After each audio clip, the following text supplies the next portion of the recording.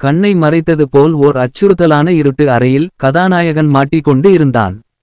கதாநாயகன் தட்டி தடுமாறி கீழே விழுந்து கண்ணை திறந்து பார்த்தான். திடீரென்று வெளிச்சம் அவன் மேல் வந்தது. அந்த இருட்டு அறையின் வெளியே செல்லும் வாசலை கண்டு அறிந்தான் கதாநாயகன். கதாநாயகன் வெளியே வந்து பார்த்தால் அந்த இடம் ஒரு கோவிலில் இருப்பதாக உணர்ந்தான். அங்கு 3 பக்கங்களிலும் செல்ல வழிகள் இருந்தது. அவன் குழப்பத்தில் அந்த அறையின் இடதுபுறம் உள்ள வழியில் சென்றான். கதாநாயகன் செல்லும் வழியில் இருபக்கமும் கோவில் தூண்களில் கட்டமைப்புகளாக அந்த இடம் இருந்தது. மீண்டும் இருட்டில் செல்வது போல் உணர்ந்தான். ஆனாலும் கதாநாயகன் நடந்து கொண்டே இருந்தான். அந்த வழி வலது பக்கம் திரும்பியது. கதாநாயகன் அதன்படி நடந்தான். அங்கு பல பாதாள குழிகள் இருந்தது. அதை கண்டு காணாமல் கதாநாயகன் தாண்டி தாண்டி சென்றான். கதாநாயகன் நடந்து செல்லும் வழியில் திடீரென்று மழைநீர் வெள்ளம் வேகமாக வந்தது. கதாநாயகன் சற்று அச்சமடைந்தான். நீர் செல்லும் வழியில் இவனும் பின்தொடர்ந்தான் சென்றான். பின்பு அங்கு படிகள் இருந்தது. கதாநாயகன் படியில் ஏறி மேலே சென்றான். அங்கு ஒரு கதவு இருந்தது. அதை திறந்து பார்த்தால் அங்கு இன்னும் ஒரு வழி செல்கிறது. கதாநாயகன் அந்த வழியில் சென்றான். நடக்கும் வழியில் வெறும் கற்களாக இருந்தது. அதன் மேலே நடந்து சென்றாள் கதாநாயகன். சிறிது நேரம் நடந்த பின் மீண்டும் ஒரு கதவு இருந்தது. கதாநாயகன் அந்த கதவை திறந்து வெளியே சென்றான்.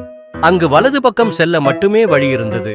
அந்த வழி நடப்பதற்கு சிறிய இடமாக இருந்தது. கதாநாயகன் அந்த இடத்தை கடக்க நடக்கும்போது அங்கு ஒரு பெரிய நாகம் ஒன்று உயிருடன் தொங்கிக் கொண்டிருந்தது. கதாநாயகன் மிகவும் அச்சமடைந்தான். பயத்தில் 2 அடி பின்னே சென்றான். கதாநாயகன் அந்த நாகத்தை கடந்து செல்வதற்கு வழி இல்லை. கதாநாயகன் நடந்து வந்த பாதையில் பின்னோக்கி சென்றான். அவன் வேகமாக அந்த இருட்டு அறையின் வாசலுக்கே வந்து நின்றான்.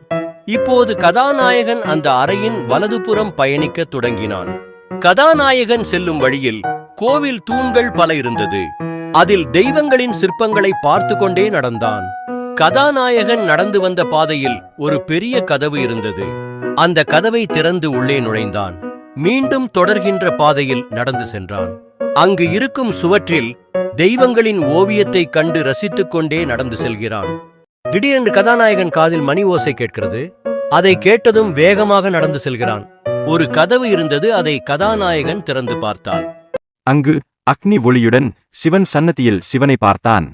கதாநாயகன் கண் கலங்கி சிவா சிவா என்று 2 கைகளையும் சேர்த்து கும்பிட்டு சிவனை வழிபட்டான். சிவா சிவா. நம் வாழ்வில் பல சோதனைகள் கடந்து வந்தாலும் இறுதியில் நாம் செல்லும் இடம் கடவுளின் பாதத்திலே.